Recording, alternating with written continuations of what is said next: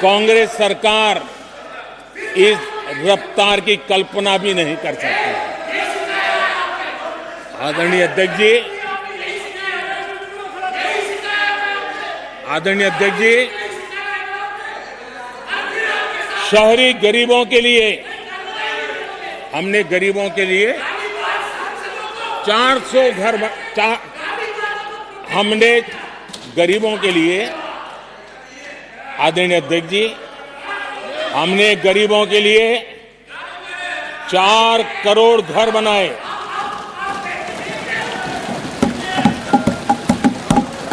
और शहरी गरीबों के लिए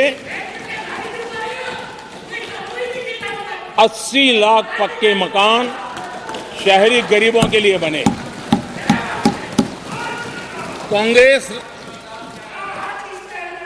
अगर कांग्रेस की रफ्तार से घर बने होते तो क्या हुआ होता, मैं इसका हिसाब लगाता हूं। अगर कांग्रेस की जो रफ्तार थी उस प्रकार से चला होता तो 100 साल लगते, इतना काम करने में 100 साल लगते, 5 पीढ़ियां गुजर जाती। आदरणीय अध्यक्ष जी, 10 वर्ष में 40,000 किलोमीटर रेलवे ट्रैक का इलेक्ट्रिफिकेशन हुआ। अगर कांग्रेस की रफ्तार से देश चलता, इस काम को करने में 80 साल लग जाते।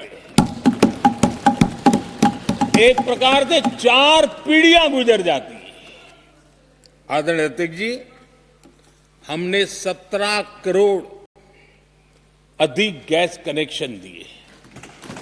ये मैं 10 साल का हिसाब दे रहा हूं। अगर कांग्रेस की चाल से चलते तो ये कनेक्शन देने में और 60 साल लग जाते। 3 पीढ़ियां धुएं में खाना पकाते पकाते गुजर जाती। आदरणीय अध्यक्ष जी, हमारी सरकार ने सैनिटेशन कवरेज 40% से 100% तक पहुंची है। अगर कांग्रेस की रफ्तार होती तो ये काम होते होते 60-70 साल और लगते और कम से कम 3 पीढ़ियां गुजर जाती, लेकिन गारंटी नहीं होता कि नहीं होता। आदरणीय अध्यक्ष जी, कांग्रेस की जो मानसिकता है, जिसका देश को बहुत नुकसान हुआ, कांग्रेस ने देश के सामर्थ्य पर कभी भी विश्वास नहीं किया। वे अपने आप को शासक मानते रहे और जनता जनार्दन को हमेशा कमतर आंकते गए, छोटा आंकते गए। आदरणीय अध्यक्ष जी,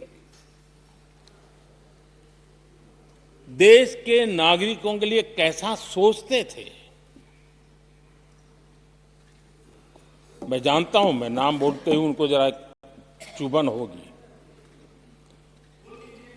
लेकिन 15 अगस्त लाल किले से प्रधानमंत्री नेहरू ने जो कहा था, वो मैं जरा पढ़ता हूं। लाल किले से भारत के प्रथम प्रधानमंत्री ने जो कहा था वो पढ़ रहा हूं, नेहरू जी ने। उन्होंने कहा था, हिंदुस्तान में काफी मेहनत करने की आदत आम तौर से नहीं है। हम इतना काम नहीं करते जितना कि यूरोप वाले या जापान वाले या चीन वाले या रूस वाले या अमेरिका वाले करते हैं। ये नेहरू जी लाल किले से बोल रहे हैं। यह न समझिए, यह न समझिए कि वह, यह न समझिए कि वह कौमें ये न समझिए कि वह कौमें कोई जादू से खुशहाल हो गई। वो मेहनत से हुई है और अक्ल से हुई है। ये उनको सर्टिफिकेट दे रहे हैं, भारत के लोगों को नीचा दिखा रहे हैं। यानी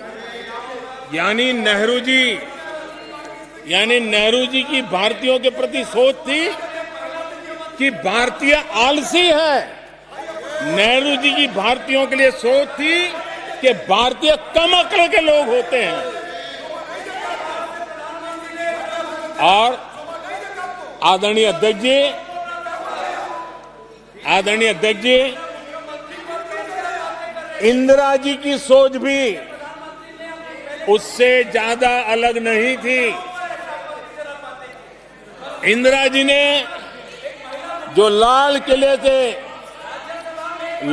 किले से 15 अगस्त को कहा था, लाल किले से 15 अगस्त को इंदिरा जी ने कहा था, दुर्भाग्यवश हमारी आदत ये है कि जब कोई शुभ काम पूरा होने को होता है तो हम आत्मतुष्टि की भावना से ग्रस्त हो जाते हैं और जब कोई कठिनाई आ जाती है तो हम ना उम्मीद हो जाते हैं। कभी कभी तो ऐसा लगने लगता है कि पूरे राष्ट्र ने ही पराजय भावना को अपना लिया है। आज कांग्रेस के लोगों को देख करके लगता है कि इंदिरा जी भले देश के लोगों का आकलन सही न कर पाए, लेकिन कांग्रेस का एकदम सटीक आकलन उन्होंने किया।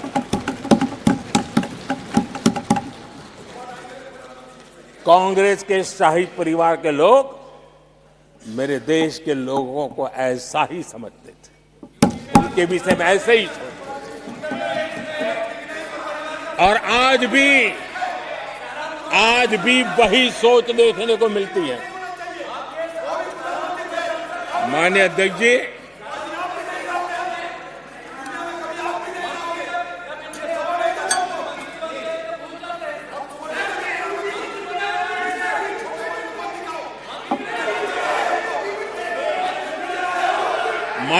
जी,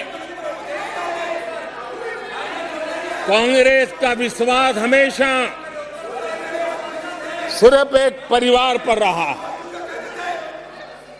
एक परिवार के आगे वो न कुछ सोच सकते हैं, न कुछ देख सकते हैं। कुछ दिन पहले भानुमति का कुनबा जोड़ा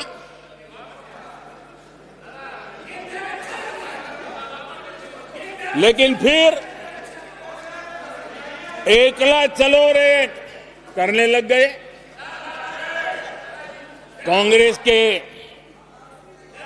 लोगों ने नया मोटर मैकेनिक का काम सीखा है और इसलिए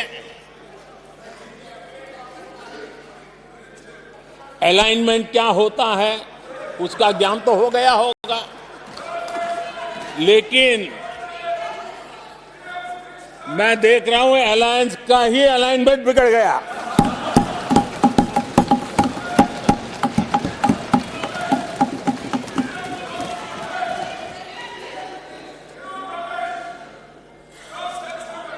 इनको अपने इस कुनबे में अगर एक दूसरे पर विश्वास नहीं है तो ये लोग देश पर विश्वास कैसे करेंगे। आदरणीय अध्यक्ष जी, हमें देश के सामर्थ्य पर भरोसा है, हमें लोगों की शक्ति पर भरोसा है। आदरणीय अध्यक्ष जी, देश की जनता ने हमें जब पहली बार सेवा करने का अवसर दिया तो हमने पहले कार्यकाल में यूपीए के समय के जो गड्ढे थे, वो गड्ढे भरने में हमारा काफी समय और शक्ति लगी। हम पहले कार्यकाल में वो गड्ढे भरते रहे। हमने दूसरे कार्यकाल में नए भारत की नींव रखी और तीसरे कार्यकाल में हम विकसित भारत को निर्माण को नई गति देंगे। आदरणीय अध्यक्ष जी, पहले कार्यकाल में हमने स्वच्छ भारत, उज्ज्वला, आयुष्मान भारत, बेटी बचाओ बेटी पढ़ाओ,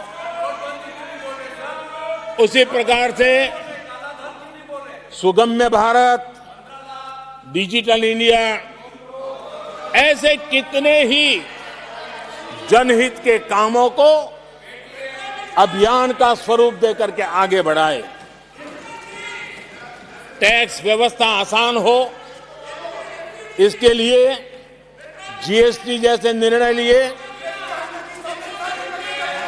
और हमारे इन कामों को देख करके जनता ने भरपूर समर्थन दिया। जनता ने बहुत आशीर्वाद दिए, पहले से भी ज्यादा आशीर्वाद दिए और हमारा दूसरा कार्यकाल प्रारंभ हुआ। दूसरा कार्यकाल संकल्पों और वचनों की पूर्ति का कार्यकाल रहा।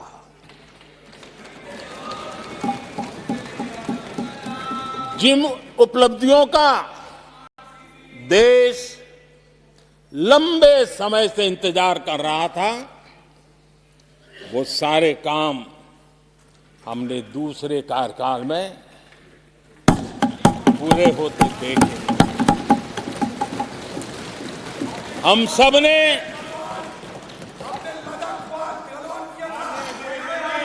सबने 370 खत्म होते हुए देखा।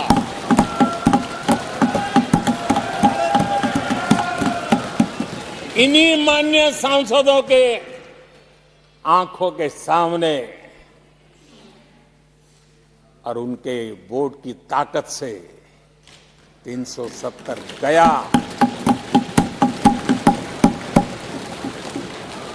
नारी शक्ति वंदन अधिनियम ये दूसरे कार्यकाल में कानून बना।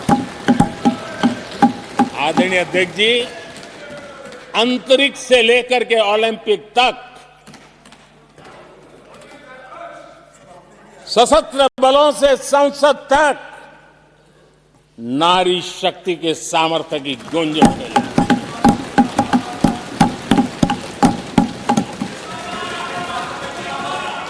ये नारी शक्ति के सशक्तिकरण को आज देश ने देखा है। आदरणीय अध्यक्ष जी, उत्तर से दक्षिण तक, पूरब से पश्चिम तक लोगों ने दशकों से अटकी भटकी लटकी योजनाओं को समयबद्ध तरीके से पूरे होते हुए देखे। आदरणीय अध्यक्ष जी,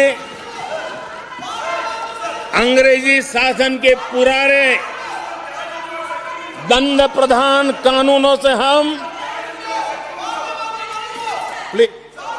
प्लीज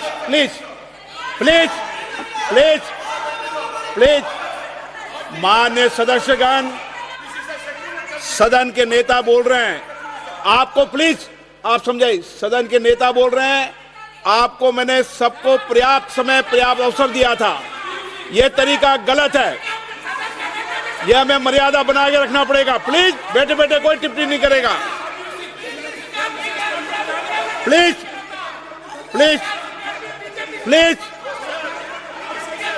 प्लीज नो, गलत तरीका, गलत तरीका। माननीय प्रधानमंत्री जी,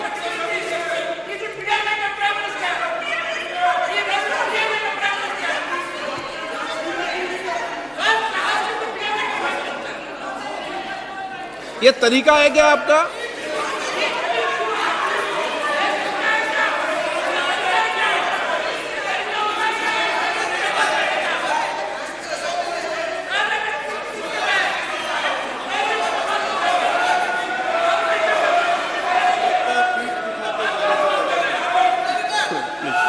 प्लीज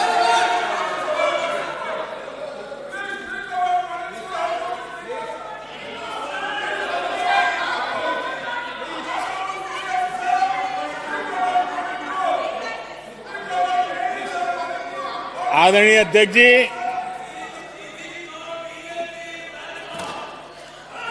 अंग्रेजी शासन के पुराने कानून जो दंड प्रधान थे, उन दंड प्रधानों से के कानूनों से हट करके हमने न्याय संहिता तक प्रगति की।